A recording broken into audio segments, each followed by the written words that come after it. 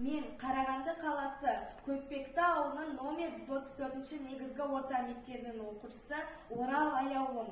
Мен өз ауылымның табиғатының әсемдігін баяндап берейін. Көкпекті ауылында 6 бақты тоғандар салынған. Осы тоғандарға жыл сайын келіп қонақтайтын табиғаты суы да әдемі аққулар жайлы айтып өткім келеді. Ауылымызға аққулар ерте көктемде, сәуір айының 2-ші жартысында ұшып келеді. Биыл да біздердің санауымыз бойынша тоғанға 78 аққу келіп қонды.